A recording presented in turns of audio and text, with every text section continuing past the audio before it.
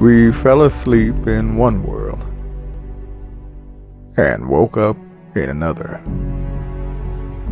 Suddenly, Disney is out of magic.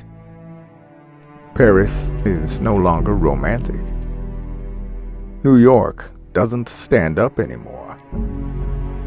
The Chinese wall is no longer a fortress. And Mecca is empty.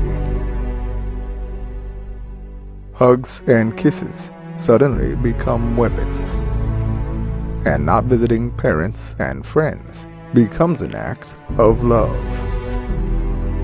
Suddenly you realize that power, beauty, and money are worthless and can't get you the oxygen you're fighting for.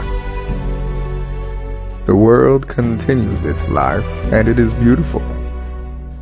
It only puts humans in cages.